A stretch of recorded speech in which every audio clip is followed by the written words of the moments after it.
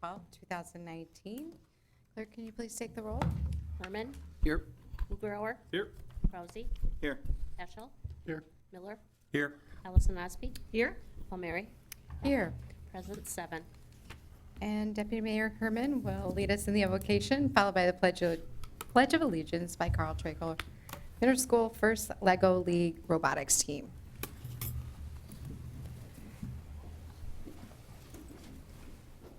We ask for your guidance tonight as we begin this meeting. May all those who participate in our discussions and our decisions reflect the values that we cherish in this great city.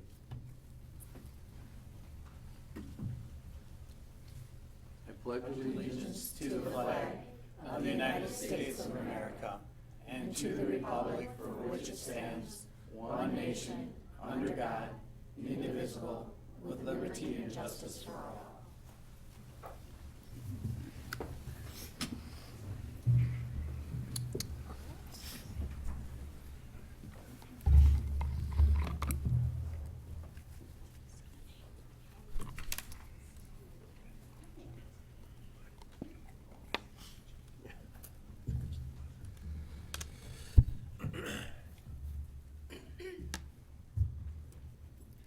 So we now have a presentation by Carl Traeger Middle School First Lego League Robotics Team. Good evening. My name is Sarah Dovish, and this is Tom Wickersham. We're the coaches for this team. If you don't know much about First Lego League, it is a robotics team which they have a project component. They have to build a robot, and they have to code it to do tasks, and they also have to show teamwork in competition. So as part of their project this year, they had to pick a building in their community where they could repurpose it somehow. So they chose to do Smith Elementary School and turn it into a community center. So they're looking for some feedback after they share their presentation and their ideas with you. Thank you. Thank you.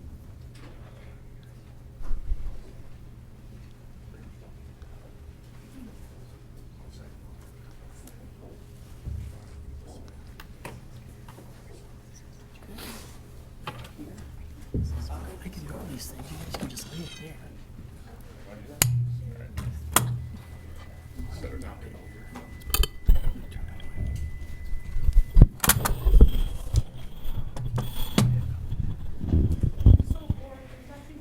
I know, I wish we had something to do. I wish we had a community center. What's a community center? There's fun things to do like a beer lab, game rooms, and classes to take. That sounds awesome. We need to find out a way how we can get one. Okay. The problem we decided to address is that Smith Elementary School is closed in 2019 due to low student enrollment. It is now sitting empty. Smith Elementary School is the oldest school building at 124 years old. It was built in 1896 and was designed by famous architect William Waters, which makes it historically important. We don't have a community center in our city, so we want to reopen this school as Smith Community Center. Did you know there's some of the benefits of having a community center? It provides low cost gym memberships, jobs and meeting spaces for community groups. They are great additions to neighborhoods and draw people to the area. There are safe places for people to gather and socialize. More than half of Americans think that we should have classes like art, cooking, and sewing. Unlike senior centers, community centers are open to all ages. We surveyed 377 people from the Oshkosh Area School District to find out what they would use in the community center if we had it. Results of the survey showed that they would use fitness equipment, take free or low-cost classes, use reserved meeting rooms for clubs or other groups, use a computer lab with Wi-Fi, and they would also use a game. How are we going to change the building? Because it is a historically important building, the school district wants to sell it to someone who won't turn it into a warehouse or factory. They want the new owners to use it for the benefit of the community. We will be able to keep the building's layout and do some remodeling. The basement of the building will be the new home of a room for art classes and a computer lab. The school and new technology upgrades and internet access is ready. On the main floor, we will have rooms dedicated to game playing with pool, foosball, ping pong, and air hockey tables. The old kindergarten room will serve as a lounge area with comfy couches and beanbag chairs for playing board games, listening to music, and hosting movie nights. The main floor will also have a room turned into a deluxe kitchen for cooking classes, and another room full of sewing machines for sewing classes. The second floor will have several rooms remodeled as meeting rooms for community accommodations to reserve. We took a tour of Sage Hall at UW Oshkosh, which is a certified green building on campus. Professor Spanbauer taught us about green building practices, which we feel is really important to our redesign. We will install carpet squares in some areas that only small panels would have to be replaced instead of entire carpet. The restrooms are designed for elementary school students, so we install dual flush toilets and new sinks, motion-activated water faucets, soap dispensers, and air hand dryers. Solar-powered outdoor lighting will be at entrances and in the parking areas will save on electricity. All light bulbs will be replaced with LED bulbs, and motion-activated lighting will be installed everywhere except hallways. Low VOC paint will be used for walls. We presented to Jim Fox, who's the Director of Facilities and Maintenance for the Oshkosh Area School District, to see if our ideas were doable. He liked what he heard, but he had some suggestions. The last time the windows were replaced was in the 1980s. They were insulated but need to be replaced with energy-efficient windows. He said that in addition to using carpet squares, we should use carpet square made with recycled materials. Mr. Fox also told us that Smith had had recent upgrades to the HVAC system with the ability to be set whether rooms are occupied or unoccupied. Right now, the building is not air conditioned, but the unit ventilators in each room are built for heat and air. The building needs a new roof, which will cost around $400,000. The plaster is over 100 years old and needs replacing. The plumbing also needs to be upgraded. Do you have any comments or questions for us? Nice, This is sure. exciting. Absolutely. Fantastic presentation. I'm guessing that some of the members of this council could probably use cooking classes. Hey, speak for yourself. And would you guys let us win all of the board games? The correct answer is yes. No, excellent presentation. So, counter to Miss Allison Osby, you don't have to let us win. We like the competition. So, I want to thank you all for coming up and doing this presentation to us today. I think it's inspiring and it's exciting to see kids talking about things that can change our neighborhoods and change people's lives and change it right where they live. So I really like the idea of all the spaces that you guys suggested. I think that they're really instrumental in your neighbors and the neighbors around there that would utilize that. So really good. My one question that I have was really interested in the demographic of people that you talk to. So did you talk to adults and friends? What age groups of people did you talk to? Well, we really talked to a whole range of people, from adults to kids. Okay, wonderful. So thank you. And it is impressive that not only did you identify a problem or a gap in what's needed, but you also came up with your idea of the solution. So thank you. So in your discussion with some of the facilities people, did they give you any dollar amounts of what it might cost to retrofit a school? It was around $150,000 to replace the roof and soffits. Okay. There's asbestos in the roof. Okay, so we're looking at probably a couple $100,000, right? Okay. Was there any discussion of fundraising, public-private partnerships? I know it's above kind of at your level, but those are some of the things that, as we would look at a project like that we'd probably want to look at as a community center, because it's going to be a community center for all kids, right? Throughout the Oshkosh area, school district, possibly public and private school kids coming there. So we'd want to have that relationship, so.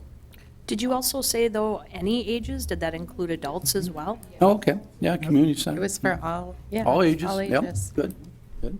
Very nice job, guys. Yeah. The city's in good hands in the future.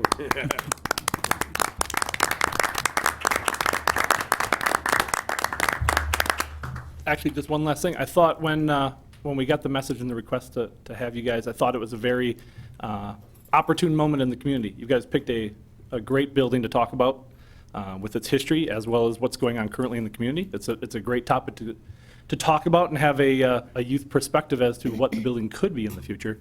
And I know that's some of the stuff we talk about up here as well in different conversations, is how do we get more youth involved? How do we get that next generation to have a little say in what's going on, and I think this is fantastic. So you guys did a great job presenting. You all spoke clearly. We could understand you, and your topic was very relevant, and I love the example. So wonderful job, guys. One last question. You guys did a diagram. Is there somebody to show us what you have there? Show some of the Legos, right? Yeah. Yeah.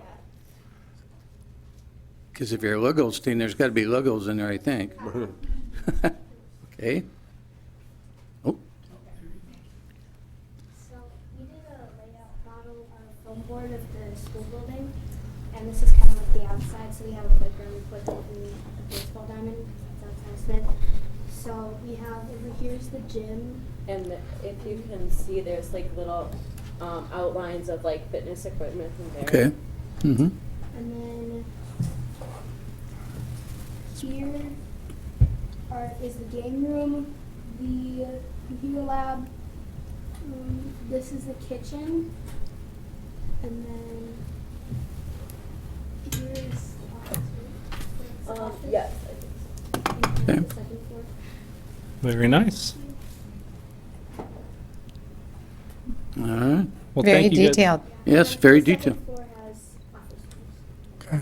Okay. That would be For meeting space. meeting and stuff. Yes. I also have a question. Is there any like budget in the city budget for like a community center? You know, we've had some discussions with our Parks Department about intergenerational opportunities in the senior center, but I don't know if we've ever had an actual proposal in the budget. It's called the CIP, Capital Improvement Program. So that's a really good question, and I don't think we've had that Not discussion. currently, because I can tell you right now, currently, we fund the museum, the library, the senior center. Am I missing? Well, in the school Oh, district, the yeah. school district runs the recreation department, not the Right. city, which is unusual. So you were asking the right question, but the school board, school board owns the building as well as provides most of the recreation programs. But that was a great question. But to that question, currently, we do not. Does that mean we can't in the future? Now, you take the inclusive playground over at South Park. We earmarked money for several years as the group was raising dollars to get there. So there's always that possibility that the city could start to put money aside for a teen center. Maybe it won't be Smith, but it could get the catalyst started and the discussion started. And maybe in the future, there could be a partnership with the school district, the rec department, the city, again, public-private, to look at.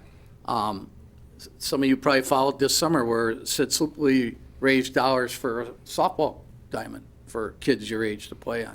So there's all those possibilities that can be done with an idea like this. So currently, no, we do not have money in the budget for a youth or a community center, but that doesn't mean we can't in the future.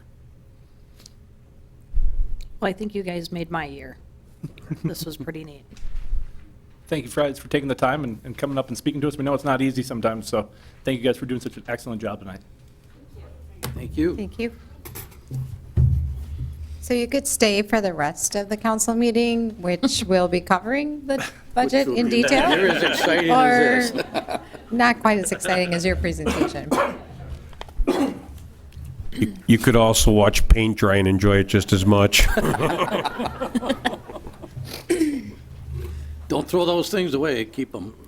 City planners might need them, right? You never know. Get a right idea, get it going. So next, we have a public hearing on Resolution 19588, approve issuance by the Public Finance Authority of revenue bonds in an aggregate principal amount not to exceed $4,200,000 to finance improvements to Grace Lutheran School.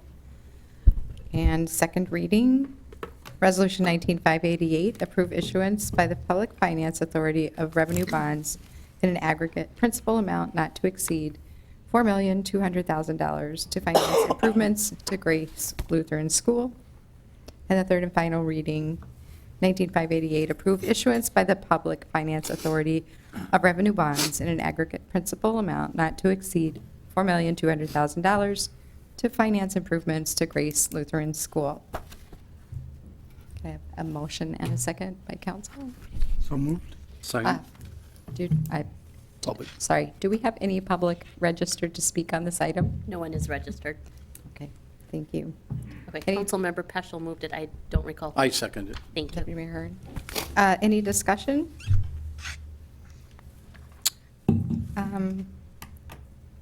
Russ, would you like to just give a quick summary of what this is for, or city I attorney? actually worked on it, Oh, so okay. I can take it. Grace Lutheran Church has a school associated with it. It's in need of repairs, and they're also adding an addition to it. A number of the council members are familiar. We've done revenue bonds for other projects.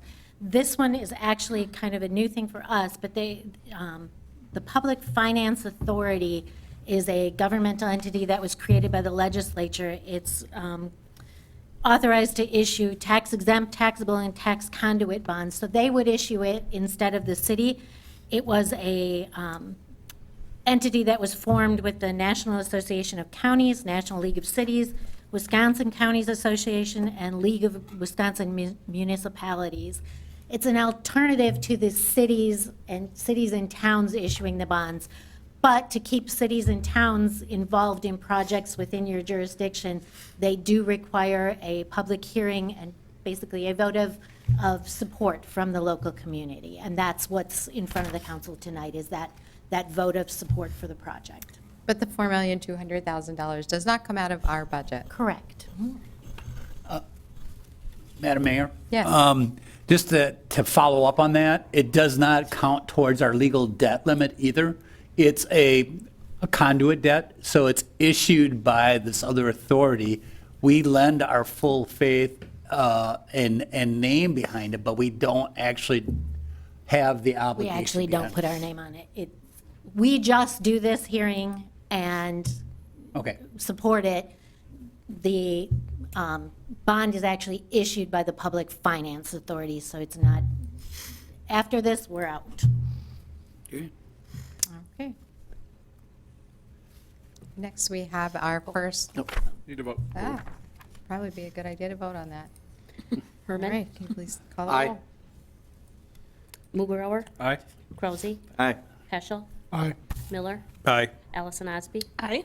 Palmieri, Aye. carried 7. Next, we have our first opportunity for citizen comments to council. Do we have anyone registered? No one is registered. Okay, and consent agenda. Do we have anyone registered to speak on consent agenda items? Yes, we do. For Resolution 19579, Jim Mickelson, 1515 North Point Street. Where this one came?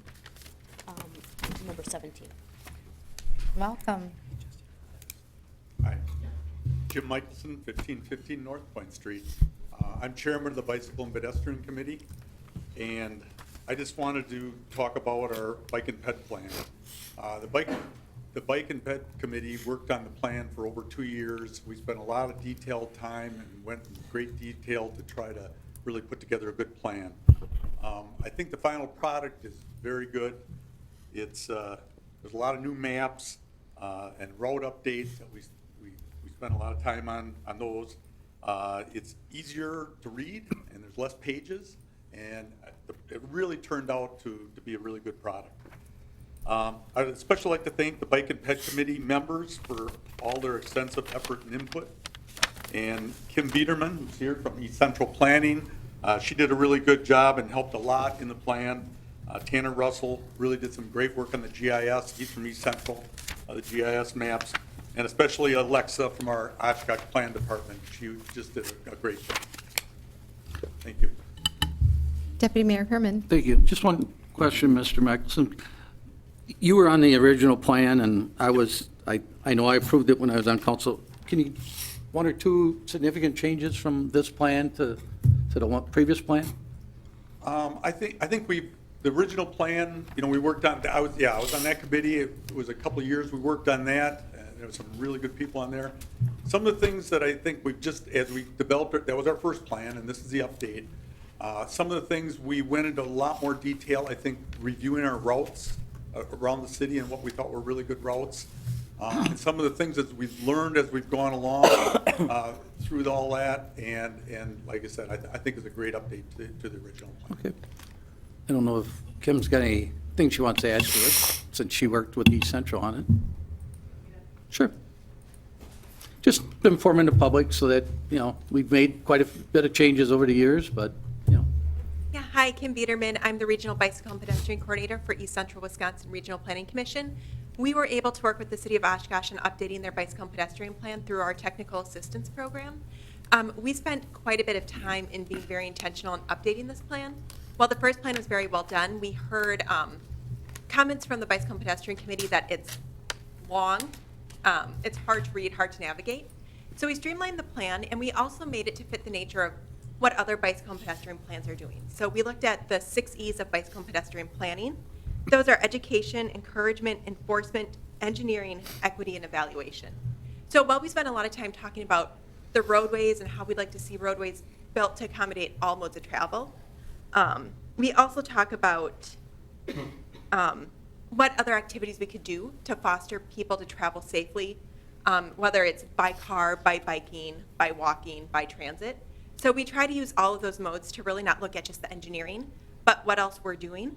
And then in addition to changes, one thing that you would see in the previous bicycle and pedestrian plan is they actually said every roadway, what specific facilities should go onto each individual roadway.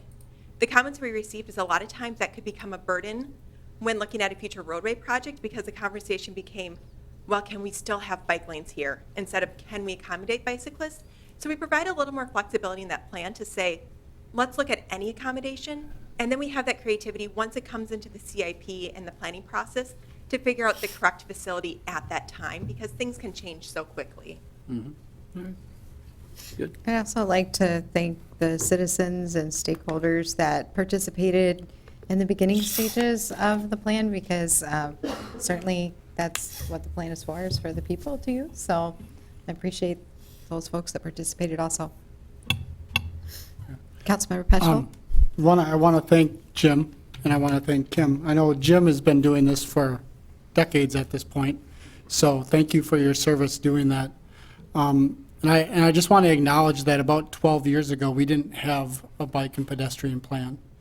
We had funded one, we had created one, and then the council never came through. The previous council, well before any of us, chose not to approve that bike and pedestrian plan.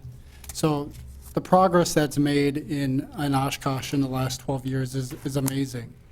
And the fact that we're going through a second round and updating the bike and pedestrian plan, I think is just a triumph of what this community has done and showed what we needed and what we wanted our roads to be like for bike and pedestrian users. So thank you for your commitment. I think it's just an amazing fact that we're 12 years into a plan. So, thank you. Yeah, and one other side note, if I may add in, is that this plan does not stand alone. This plan complements a lot of other plans that are happening throughout the region. We cannot think that people just travel within their municipality. And the Oshkosh Bicycle and Pedestrian Plan was one of the first plans in our region created back in 2011. So it actually helped inform East Central's Bicycle and Pedestrian Plan and Winnebago County's Bicycle and Pedestrian Plan, which were then approved earlier than this would be adopted. So then those helped reinform this plan. So it's a constant iteration of planning for not just one community, but for all communities. So this plan is a great complement to what's been happening throughout the region. And also, Alexa and myself are both on the Fox City / Oshkosh Bike and Pedestrian Planning.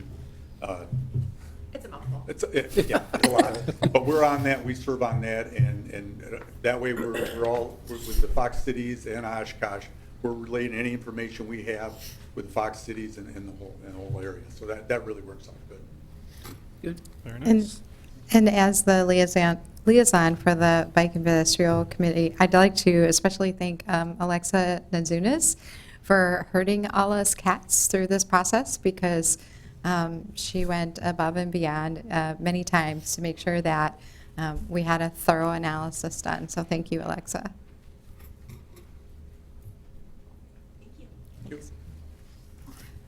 Councilmember Allison Osby. Oh, Sorry. yep. I just was gonna, my comments were very similar to Councilmember Peschel. I think it's nice with the two that are here today, one that certainly has history and has moved through the process. And then, of course, Kim, I think you probably have a mile or two on your bike. And so you're certainly speaking from experience and also a perspective as well as that of the Northeast Planning Commission. So well done, everyone. Thank you. So we'll bring, do we have anyone else registered to speak on a consent agenda item? No one else is registered. So we'll bring it back to council for a motion and a second. So moved. Second. Discussion?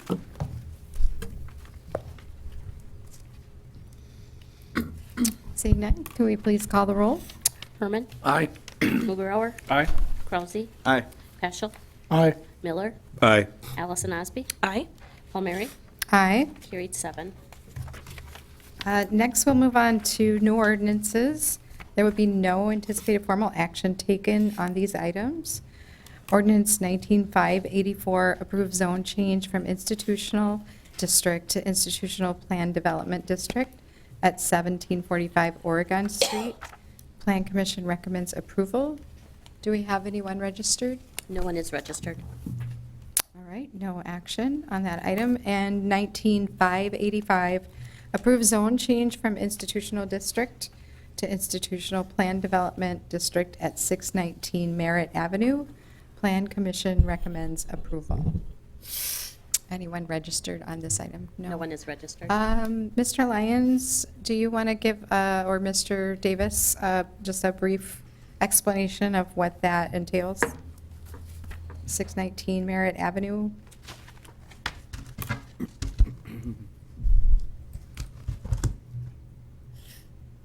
As I understand it, that is the redevelopment of the Cabrini School. Yes. And council had an applicant in a few meetings ago looking at possible financing and redevelopment of the Cabrini School. This is the first step in that process from a land use perspective, as it is currently an institutionally zoned parcel.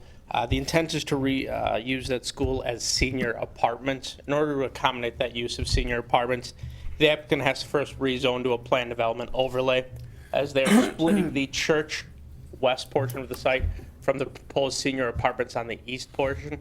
That creates several issues with our zoning ordinance. The easiest way to address those issues is through the plan development overlay district, as this is the first step, setting up that plan development. Then in 2 weeks, we'll be back for the actual implementation plan of that plan development to talk through the site specifics for the senior apartments.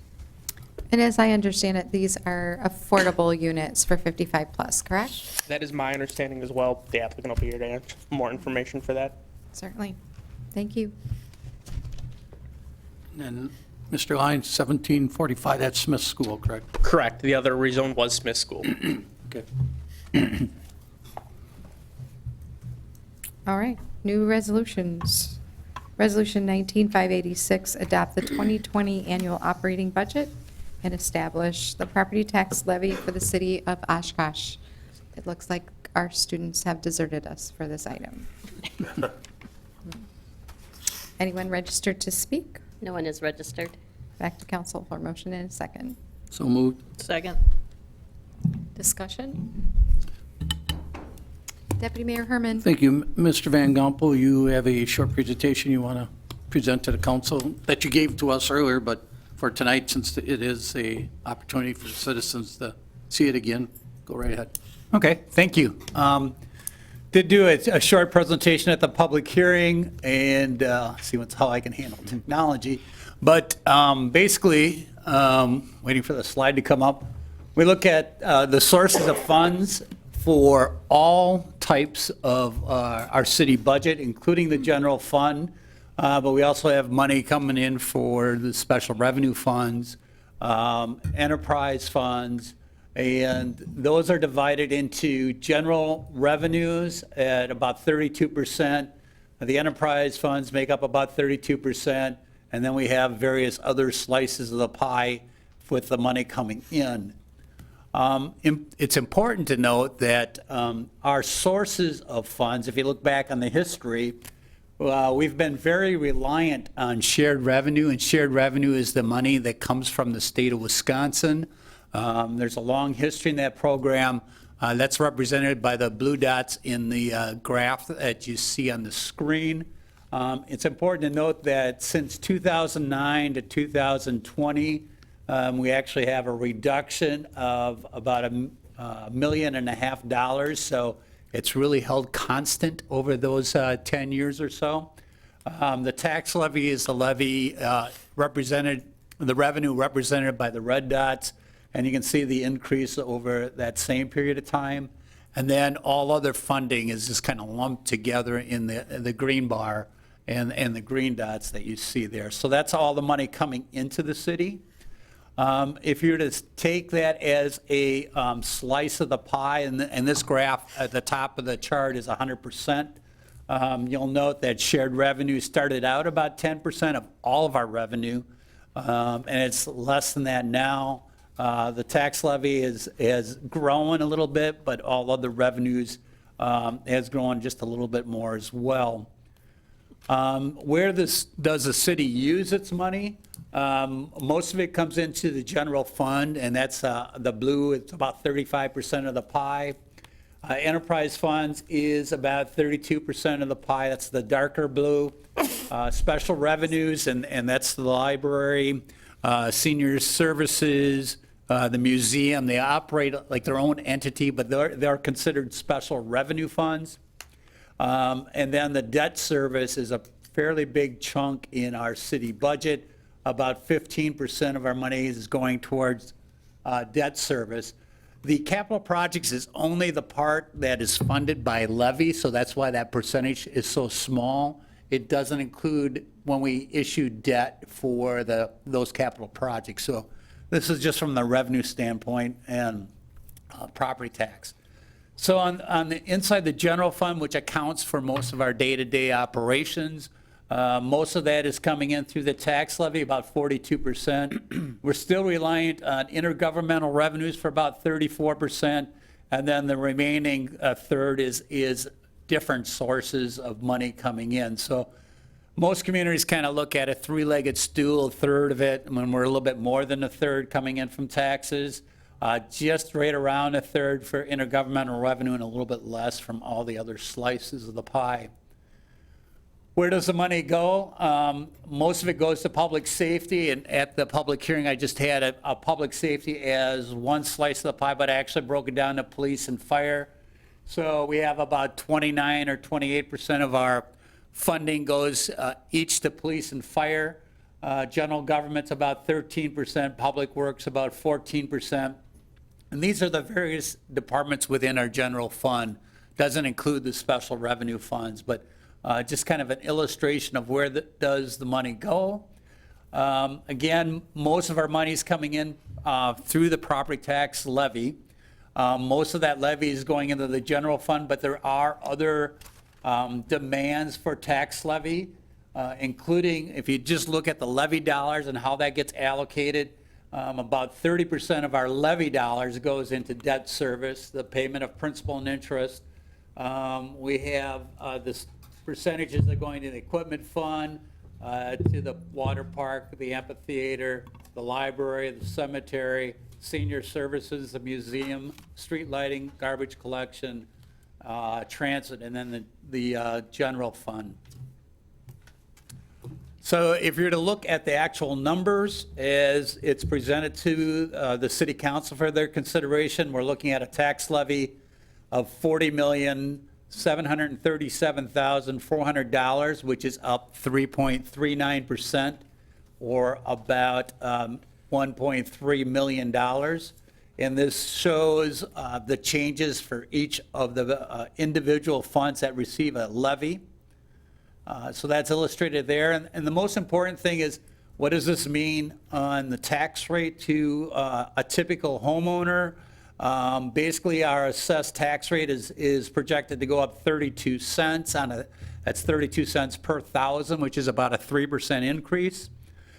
On the bottom block, on a typical home of about $150,000, the average tax bill would be about $1,635.40, and that's just municipal services. That does not include the other taxing jurisdictions. The municipal levy is what the city council has control over.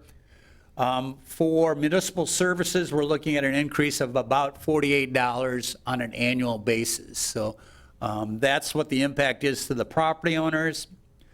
What I'd like to show is that typical tax bill divided on a monthly basis, and this is revised just a little bit by some of the most recent activities based on our public hearing and based on our budget deliberations, but the monthly cost for municipal services is at $136.28 a month, and you'll see where that goes for each of the various components. Quite naturally, as we discussed and looked at that slice of the pie, a lot of this is going towards debt service. So about $40.38 is going out for debt service. Public safety, police and fire are the next two biggest users.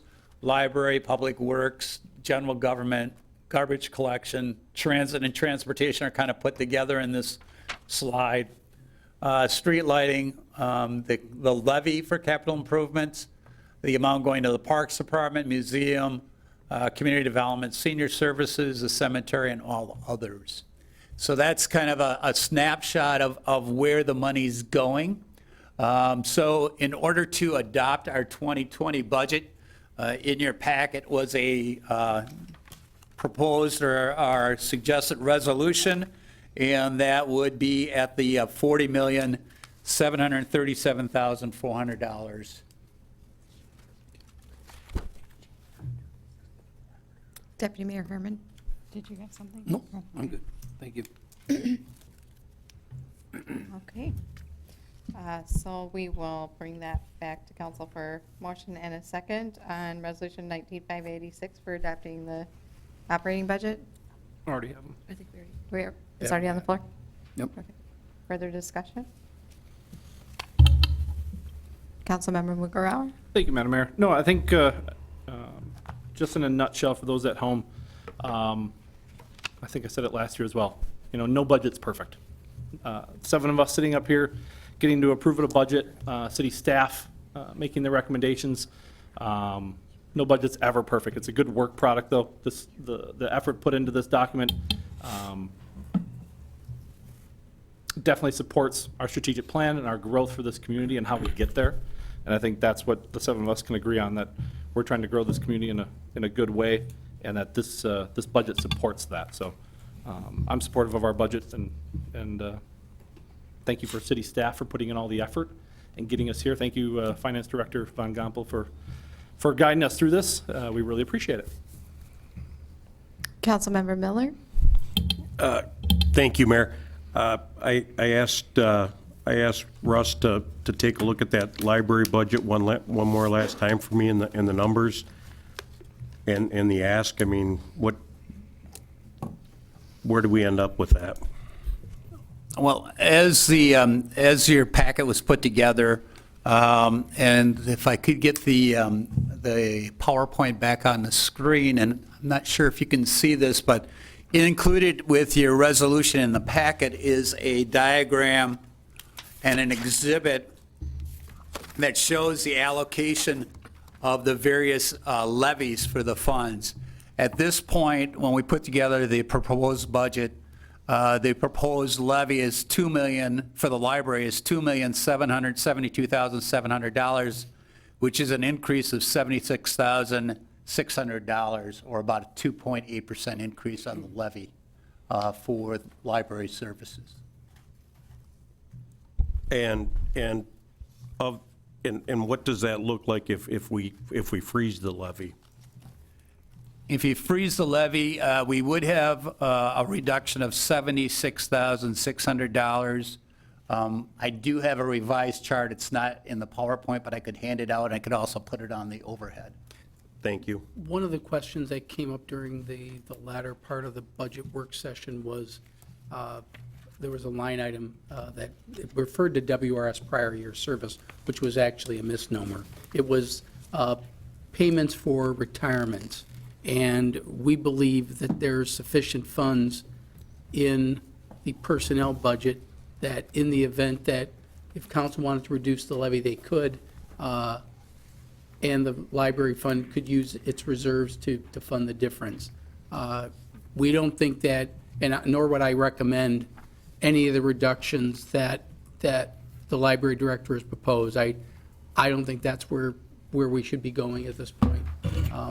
But certainly, I think there's adequate funds to cover those at retirement, employees are entitled to a payout of unused sick leave up to a cap that's set by policy, as well as unused vacation. So I think we took a look at it. We believe that with a reduction back to the current levy, the library fund would be sufficient, and without these reductions that Mr. Gilderson Dewey cited. Councilmember Krause? Thank you, Mayor. Excellent job, guys. I know this is the busiest time of the year, and you did a great job and made it easy for us and gave us the enhancements the department heads were looking for, and we got to pick and choose. Guys said it was an increase of approximately $48 per $150,000 of home, so less than $1 a week. Could you guys talk a little about what the enhancements were and what the additions were? Sure, but could I just, I don't want to lose track of your question. Sure. But I did hand out a revised tax levy spreadsheet. Let me just explain that first, if I may, Madam Mayor. Please. Basically, the highlighted items shows the tax levy for the library service being frozen at $2,696,100. Then that increase on the overall levy would be reduced from 3.39% to 3.2%. The tax rate would be at almost an even 30 cents increase to $10.88, or 2.84%. And then that impact on a typical home would be changed down to $45.01 versus $48. So now on the budget enhancements, we did include on the budget enhancements. I'm sorry. Oh, I'm sorry. Can I just stop you just for one Yeah, moment? absolutely. So that we can finish any further discussion on the library thing before we go to the enhancements? Is that okay with you, Councilmember Krause? Yep, that's fine. Is Mr. Gilderson Dewey here? Yes, I believe, yeah, Would- Jeff's here. Would you like to come and speak to this item?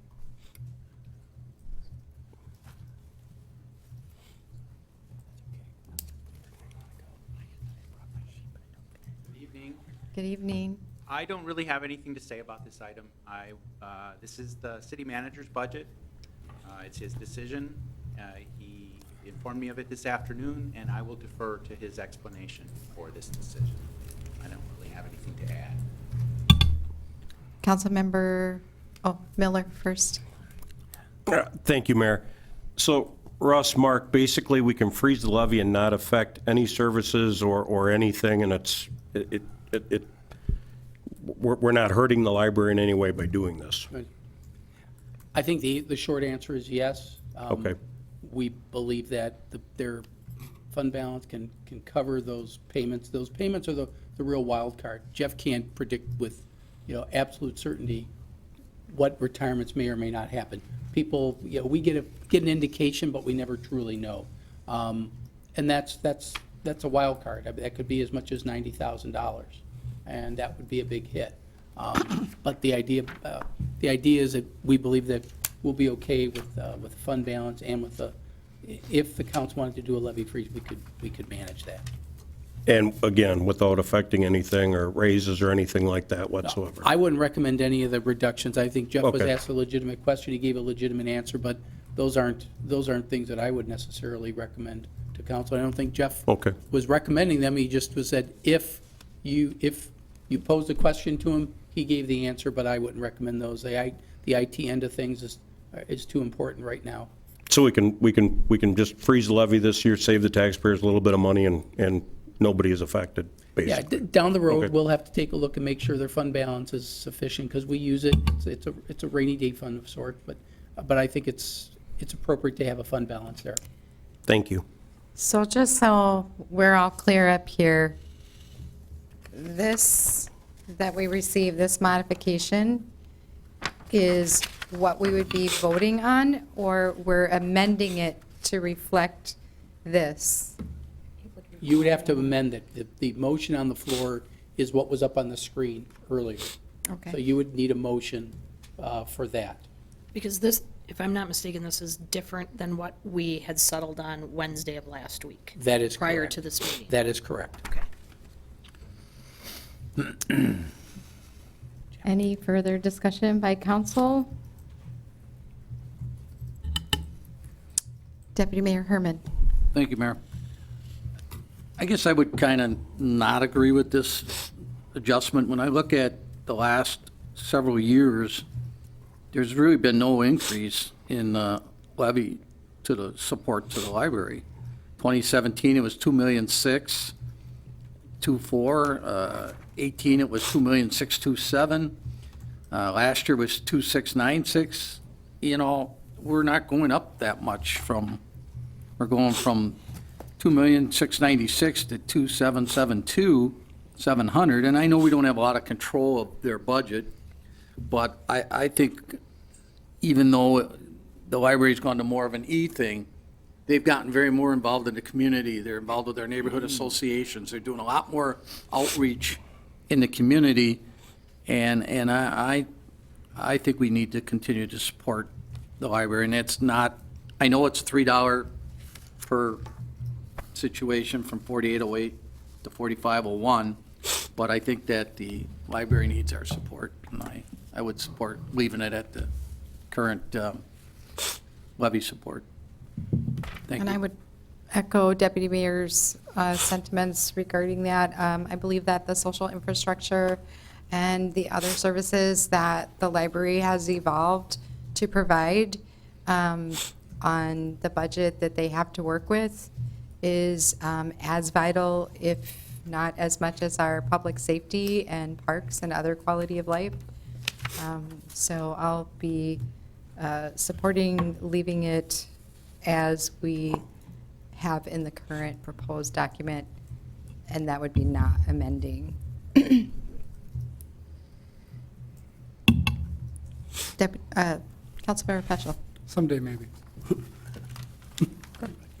Thank you, Mayor. Kind of thought long and hard on this a little bit, and I think really what it comes down to for me is that I think if we're going to freeze one department, we should look at a freeze across the board. Because I think what I'm uncomfortable with is that we're kind of singling out one department over other departments. And it's not just that I'm a strong advocate of a library and its services that it provides to our community and strengthens our community, but I believe that, I think that if we're going to start kind of line iteming out certain departments, we have to do it across the board and make it a zero increase across the board then, which I'm pretty sure people would love to hear that around the table. But I think that's the conversation that we need to have, is that if we start trying to zero out one, we have to start zeroing out the rest. So. Councilmember Miller. Thank you, Mayor. I guess my biggest issue is this council is going to hand out $2.7 million, and does every year, basically, to a body, or we're going to hand a check over for $2.7 million, and we just don't have the transparency and clarity that I think we should, when this is the fourth largest hit to the tax levy of the taxpayers. And I don't think anybody's singling out the library. I think I would just like to see more accountability, and I'm sure the taxpayers would like to see more accountability. I just saw an opportunity to save the taxpayers some money, not affect any of the services, and obviously I'm a minority tonight, and that's the way it works. I'll accept that and I'll move on. So, thank you, Mayor. Councilmember Peschel. Sure. I want to acknowledge the call for transparency. I think it's one of our most important buzzwords that we use, and one of the most important parts of our job that we need to seek to have as councilpersons. But when I receive phone calls or emails or letters, text messages from the citizens of Oshkosh. I can't say that I've ever received one about the lack of transparency related to the library. You know, I get, and I think all of us around the table hear lots of phone calls related to how are our tax dollars being used in regards to public works projects. There's conversations about transit right now. There's all these other areas that I think we as a council hear a lot more about, where people are concerned of where their dollars are being spent. And that's not to say that we shouldn't have that concern in regards to the library. It's just that I believe that the library is one of those institutions within our community that our community does not have any level of distrust with in regards to how that money is being spent. And so I think that's another thing that leads me to being supportive of maintaining it as it is, because I believe that that's what our community wants us to do, is to continue to invest at the level that we do and more for the library. Councilmember Allison Osby? Thank you. You know, I think it's not uncommon when there's a new council member that their first time through the budget, there's obviously surprises, and I can say that for myself, and I'm certainly sure that there's others here at the table that can agree. So I don't think there's anything wrong with questioning the budget, and I think if you come across something that is a surprise that you maybe don't know, when you were a constituent versus, say, you know, elected or seated on a council. So, you know, I think don't shoot the messenger. However, I think perhaps Thanks, Deb. You're welcome. But with that being said, too, is that the issue I think that Councilmember Miller has is something that's really outside of our control. I mean, the amount that the substantial amount that we give, you know, that's not determined here. And so the one thing I will say is that I think, you know, our library director, as well as his board, I think has always been very forthcoming in regards to information. And so I think, you know, anytime we're new to this, and for, you know, future elections down the road, you know, obviously there's that time frame from April to October and then November, in which is a great time to know department heads understand their budgets, processes and things like that. So I guess those are my comments, because I do feel that there is transparency, and I think, but it's maybe perhaps the process is what I'm gathering from what Councilmember Miller is saying. But again, that's outside of our control. Councilmember Mugarauer? Thank you, Madam Mayor. You know, I got to actually start off, I thank Councilmember Miller for bringing up the point and bringing up something that he takes issue with. I think when any of us have an issue with part of the budget, they need to do that. They need to take that bold step, and even if they are the minority, I did it a little bit last year, fell on the sword a little bit, and that's completely fine. And I appreciate that someone is doing that when they have an issue. I happen to agree with Councilmember Peschel, though, in terms of, you know, singling out one particular budget, you know, the levy increase. We have a few other enterprise type funds. And for those at home that don't know what an enterprise fund is, it's basically city services that operate like a business. You know, we do that with our trash and recycling and our museum and public water park a little bit, for some examples. You know, Go Transit is receiving a levy increase. The garbage and recycling and the street lighting. Our senior center is receiving a small levy increase as well. These are taxpayer dollars that are increasing, that are going to all these different municipal services. And so if we are going to start you know, line item editing, I do think that it's a broader discussion we would need to then have regarding all of those. In terms of the library itself, I know we had some good discussion. I appreciated the open and frank discussions that we had last week and during the whole budget process. You know, every so often you come across something that just kind of pops up and you think, this couldn't have been more appropriate. And happened to last Wednesday night after our council meeting, after our budget hearing, just came across something just regarding libraries in general, and just thought it might be appropriate if I just maybe quick read it. A library is not just a reference service. It's a place for the vulnerable. From the elderly gentleman whose only remaining human contact is the library staff, to the isolated mother who relishes the support and friendship that that grows from, baby rhyme time sessions to a slow-moving 30-something woman collecting, her CDs or movies.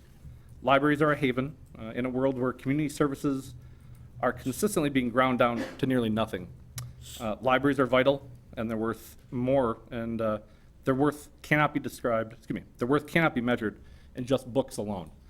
I thought it was appropriate in terms of our discussion, in terms of the people walking into the library, the customers, and those that are using the library. It's not just a place for books, it's a community center. We talked with the youth that were here earlier. It's a place for people to come, especially in the summer. Sometimes the library may be the only safe spot that some people in our community have to go. And so I give my full support to their budget. Thank you. Well said. Well, I didn't write it, but I will take credit for at least reading it, but I didn't write it. You want to give a credit of a source here? I did not get the source, and I did not get the exact source of it, but I won't take credit for it. If there's no further discussion, can we please? Mr. Krause had asked a question about the enhancements. Enhancements. Just Apologize. Yeah, go ahead. It's okay. didn't forget. I almost forgot. I already asked the question. dismissed you up Yeah. here. Technology. What's that? I just And wanted. enhancements. Yeah, the enhancements are in your proposed resolution based on our discussion from last Wednesday, the night of the public hearing. Just to kind of recap those really quickly, we had a budget enhancement in which one of our benefits is at no charge for 2020. That would be the income continuation insurance. So we had a savings on that. We added some preventative maintenance items for the fire department. We added a mobile application annual fee for the police department. The city's budget now includes funding for 4 new firefighters for half of a year in 2020. And then that impact carries over into 2021. City Council discussed and brought forward the inclusion of a management analyst for the fire department starting in April. It also included the help desk for the IT department. We had some discussion on diversity training. We're going to still kind of wait and see how the end of the year shakes out. That $20,000 is not in this budget. It would come back to City Council if we wanted to add it at a later time, depending on the financial outcome for 2020. And then there were some enhancements, to items outside of the levy. And those included some things for the museum with their proposed new exhibit coming in place and a new position for the water utility filtration plant. So those are the budget enhancements that were both included in the levy numbers and not included in the levy numbers. If I could just clarify, I thought it was determined, the 20,000 towards diversity training was going to be determined based on the outcome of year-end 2019. You said 2020. I misspoke. I'm so Okay. sorry. All I right. meant Just double 2019 checking. as well. Yeah, I'm sorry. Okay. And just, we did add, because it had no levy impact, 2 positions in the parks, correct? That is correct. That's in one of those special revenue Right. funds, and that was added as well. Okay, so that's 2 more employees. I guess we're doing employee wrap-up, right? Yep. So, thank you. Good catch. Okay. Councilmember Miller. Thank you, Mayor. Mark, I'm assuming you're telling all department heads to cut spending or not yet till the end of the year, so we do end up with a surplus. Is that a fair assessment, or am I putting too much pressure on you? Normally, I remind departments that they gave us year-end estimates, and we use that, and we rely on that to project where we are going to be for next year, because one of the other things that still has to come forward to council is some of the facility issues that you talked about last week that aren't going to be reflected in the budget. It's going to really depend on how we do this year. So at least 3 departments who are interested in some of those things are going to have a vested interest in making sure there's money left on the table, and that's because we've got some, to their credit, they've been under on some expenditures and they've exceeded some revenues. But now that we're relying on that, We just can't say, oh, it's okay. We're going to need that for the future. And just to follow up on the city manager, a lot of those discussions as far as potential use of fund balance for those major items are really in your next agenda item under the capital improvement program. And we talked about some enhancements in the CIP budget, but that was contingent on where we end up in 2019. Thank you. And I guess I'd just like to emphasize that there was a point in the budget discussions where there was a suggestion that we could potentially increase borrowing. Council did decide to keep borrowing at the 12.4. Everybody understood that? 12.5. I'm sorry, 12.5. Thank you. 12,500,000. So just a clarifier there. All right, so we are ready to vote on the operating budget. Can you please call the roll? Herman, Aye. Mugrower, Aye. Krause, Aye. Peschel, Aye. Miller, Aye. Allison Osby, Aye. Palmieri, Aye. carried 7. Next is Resolution 19-587, approve the 2020 capital improvement plan. Do we have anyone registered to speak on the CIP? No one is registered. Back to council for a motion and a second. So moved. Second. Discussion. Mr. Van Gompel, would you like to speak to those enhancement items related to the CIP? I can. Before I do that, with the proposed resolution, it's a little bit simpler. We have the attached exhibits that was part of the CIP program on pages 49 and 50 in your packet. It just outlines a summary of our capital improvement program and the proposed borrowing of about $12,500,000. And that's going to be in a combination of bonds and notes. So that'll be a part of the resolution that gets adopted. We also talked about projects that were not funded. And those projects, give me a second, included the design for the stagger wing entrance expansion and construction. And that was $225,000, but council had suggested that would be an appropriate use of fund balance if we have any, based on our 2019 operations at the end of the year.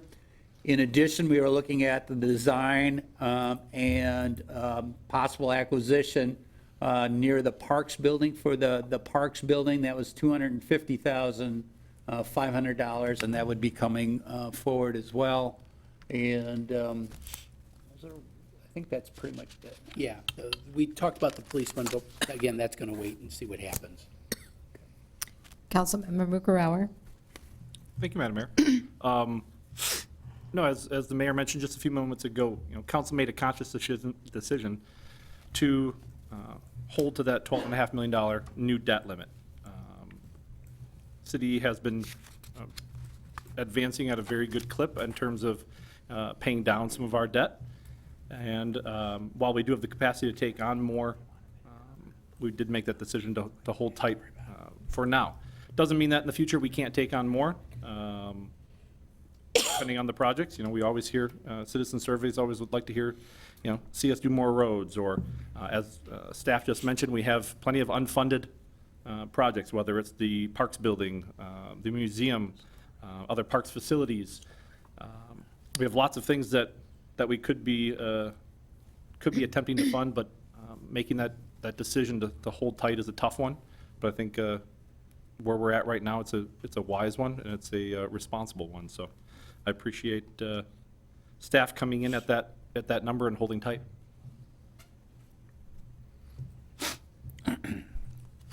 Any further discussion? Seeing none, can you please take the roll? Herman, Aye. Mugrower, Aye. Krause, Aye. Peschel, Aye. Miller, Aye. Allison Osby, Aye. Palmieri, Aye. carried 7. Next, we have council discussion, direction to city manager, and future agenda items. First is the future workshop on council feedback of website features. Thank you, Madam Mayor. A couple council members had discussed with me some concerns that they had with the website, and they've gotten some feedback from members of the public. One of the things that I think we did when we were working on the last website development was we had council, we basically had a workshop, but it was a true hands-on working workshop. And we can set up some laptops or computers in the 404 in a workshop setting where you could, if there are any issues or concerns that you want to point out to us on whether it's navigability or features or anything like that, maybe a workshop type of setting where you could all sit down and show to us concerns that you've heard from the public. Be happy to do that. I've talked to Mr. Newman about it. He's more than happy to do it. We only have 2 more council meetings before the end of the year. We could do it before the end of the year if you'd like to do it. After the first of the year, that's certainly up to you. But what we'd probably propose is we'd start at 5 o'clock. If you can't get here, fine. I mean, you can come in at your leisure, and we'll give you one-on-one time where you can show us some concerns, and then we can take a look at that and then come back to you and say, here are some things that we've heard from you that we, it may cost some money, it may not, depends on what those things are, and if there's anything that we would need, we can come back to you. I'm not sure what your feeling is on that approach, but I thought maybe that might be the best way to, rather than sit here at Council Diaz and you just talk about it, rather showing us might be a better way to do it. And certainly council could also send ahead of time, ahead of that workshop, a list of items, suggestions or concerns. Deputy Mayor Herman. Thank you, Mayor. I think that was kind of consensus. I'll speak on behalf of a little bit of the council. That was kind of the consensus of probably right after the first of the year. We only have 2 council meetings left for this year, and unfortunately, I'll be gone on the next one, and we already have, I think, a workshop at the next one. So I would think first meeting or so, I think, or the second meeting by that time, I think, would give us time to look it over again, make any suggestions or comments. I don't know what other council members are thinking, but I was thinking after first of the year, because short time. After first of the year Okay. for me. We'll weave it in with what other ones come up, because I'm sure between now and then. Oh, it'll be all It's going to be, we need a workshop on that, and happy to do that. So thank you. I appreciate that feedback. Anybody else? Okay. Next is the second opportunity for citizen statements to council. Do we have anyone registered, Pam? No one is registered. All right. Council member announcements and statements. I just have a reminder that this Thursday is our holiday parade downtown, and there will be tree lighting and sing-along down at the Opera House Square about 5:30, 5:45-ish. Tree lighting should be shortly thereafter. Deputy Mayor Herman. Thank you. I didn't put on the agenda, but I just want to remind council and staff that I will be out of the city starting tomorrow and not returning until Thanksgiving, the 28th of November. I can be reached by cell phone if my phone works where I'm going to be, but we'll see. But I will be out of town and not be able to attend any meetings for a couple weeks, so thank you. And next is city manager announcements and statements. Thank you, Madam Mayor. In your packet is a list of outstanding issues. We did a few updates. Certainly happy to answer any questions you might have.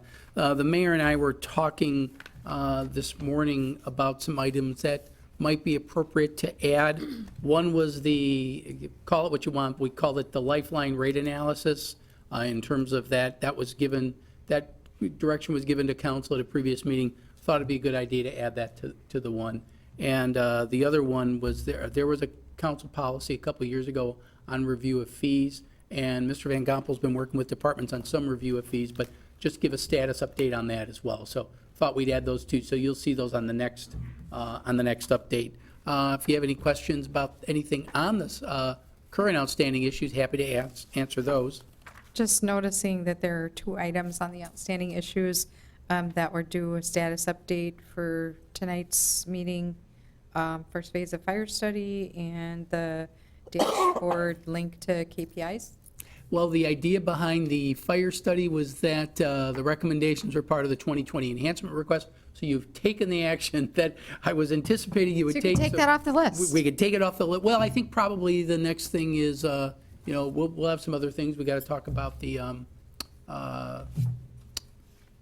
transport issue as well. So I'm going to keep it on, just Okay. what's next. But this was the next thing to discuss. And what was the other what did you mention? Dashboard going live, link to KPIs Yeah. for the city staff website. Now that the budget's been adopted, we're really going to be working on having more of those in the budget. We asked departments to give about 2 or 3. Some of them didn't. Some of the divisions didn't have anything. We're going to try to work with departments on that. That'll be part of it. And then there's also an item farther down on 31, a professional services agreement with Invisio for our strategic planning software. That's part of it. Invisio is the online version that we have so people can track our KPIs live. And that's the next phase with this. We've been using Invisio for, I believe, over a year now.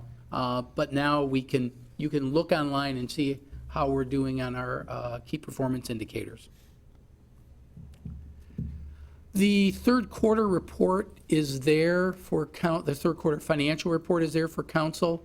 We're probably a little bit ahead of that because the budget's been adopted. We are on track. So, Councilmember Miller mentioned, talking to department heads about, keeping track of, where we said we were going to be. We're tracking where the estimates said we're going to be. So I feel good about that. But we'll be monitoring that. And Mr. Van Gompel's going to have some direction to departments on closing so that we close the year, even though the year ends on December 31, we got to start shutting things down in early December because just from a practical standpoint, we can't be rushing around with, bills and purchase orders outstanding. So there's some orderliness to that as well, which then ensures that a run on the bank doesn't happen at the year end. I figured you'd appreciate that. I do very much, thank you. Okay. So that's the third quarter report. The complete count 2020 census, some council members may have gotten something from one of the county board members. The federal U.S. Census Bureau encourages some local efforts to get a complete count. And we certainly support that. We had a very successful effort in 2010. In fact, we were recognized as the second highest response rate in the initial mail out. We got like a 90% return first time out. We did a lot of outreach.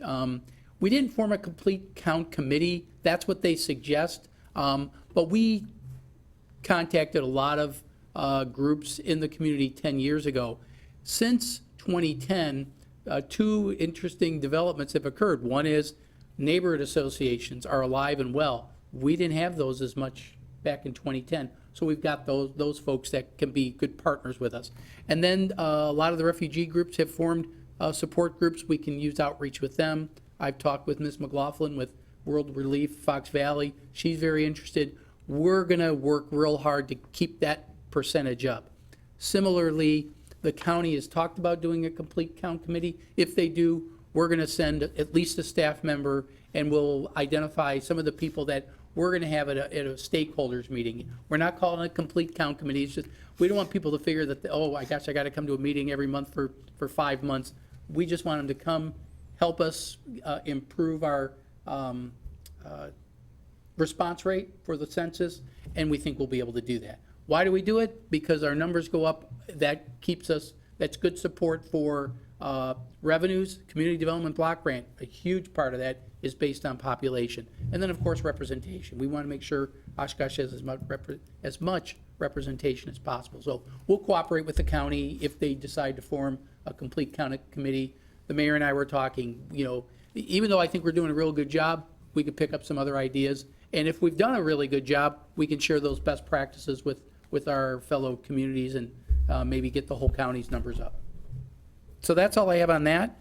I mentioned Invisio, the strategic planning software, and then there's an amendment for the Southwest Industrial Park. That did take us slightly over the threshold, so I needed to report that one, even though it's only for $3,600.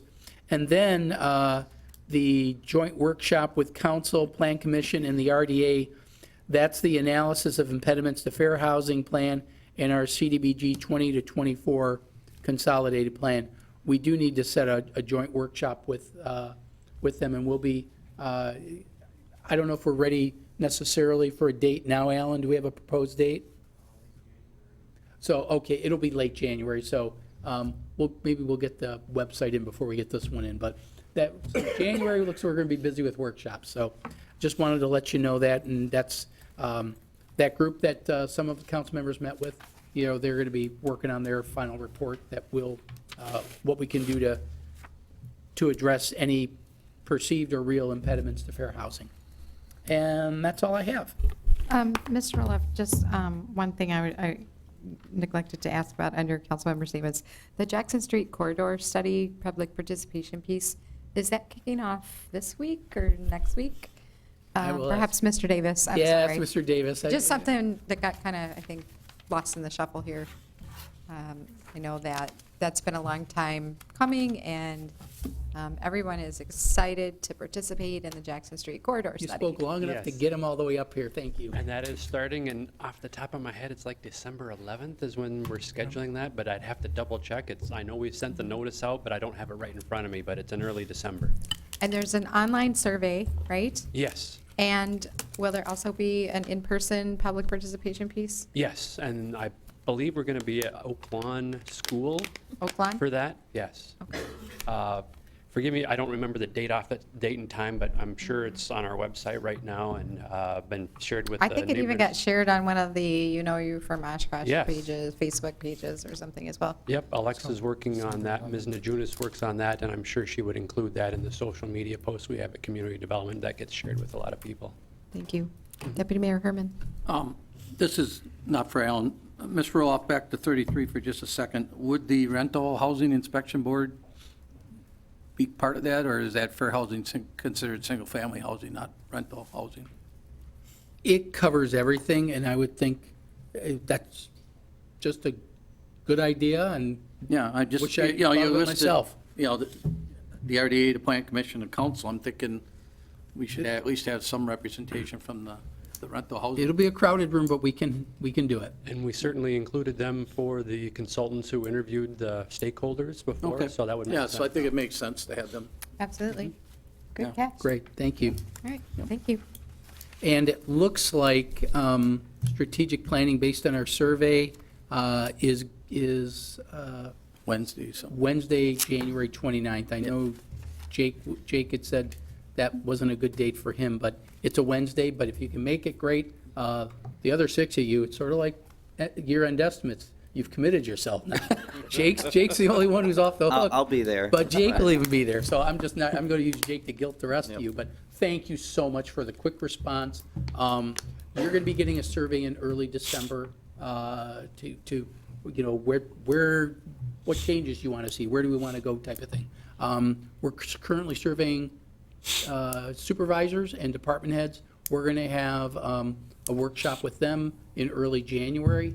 I hope it's not a snowy day. And then we'll turn around that information so that when we meet with council, you'll have feedback from supervisors on up. And so I think you'll have some great feedback so that we can stay on the schedule that council's given us. Mark, just one last thing on budgets. It's like ham and eggs, the chicken is involved, the pig is committed, so. I'm going to make a note of that one. Thank you. No, you just stole that from me. I just used that this week. That's all I have, Madam Mayor. Mr. Davis? Yes, just to follow up on that Jackson corridor study, it is December 11th at Oak Lawn School at 6 p.m. 6 p.m., December 11th, Oak Lawn Yes. School. Yes. And that Jackson Street, just to go a little further in detail, Yep. goes from Highway 41 Yes. to Murdoch, and then from Murdoch to Church. the river. Yes. Right? Okay. Thank you. Good. Councilmember Mugarauer. Thank you, Madam Mayor. Sorry, one last thing. Everybody else is jumping on with one Yeah, last it's thing. a PS night. Actually, for Finance Director Van Gompel, should have asked it during budget. Everybody'd like to know when they're going to get their Christmas cards from the city in the mail, requesting their donations to the city general fund. When do you anticipate tax bills being going out in December? Well, we have to do it by December 10th, I believe is the date on the statute. We're hoping to do that sooner. we're in the process of going through another conversion in part of our software packages. We have representative from Munis in the rest of this week and next week. So we'll get all the steps in place, but we also are still waiting for some final numbers from the state with the lottery credit and the first dollar credit.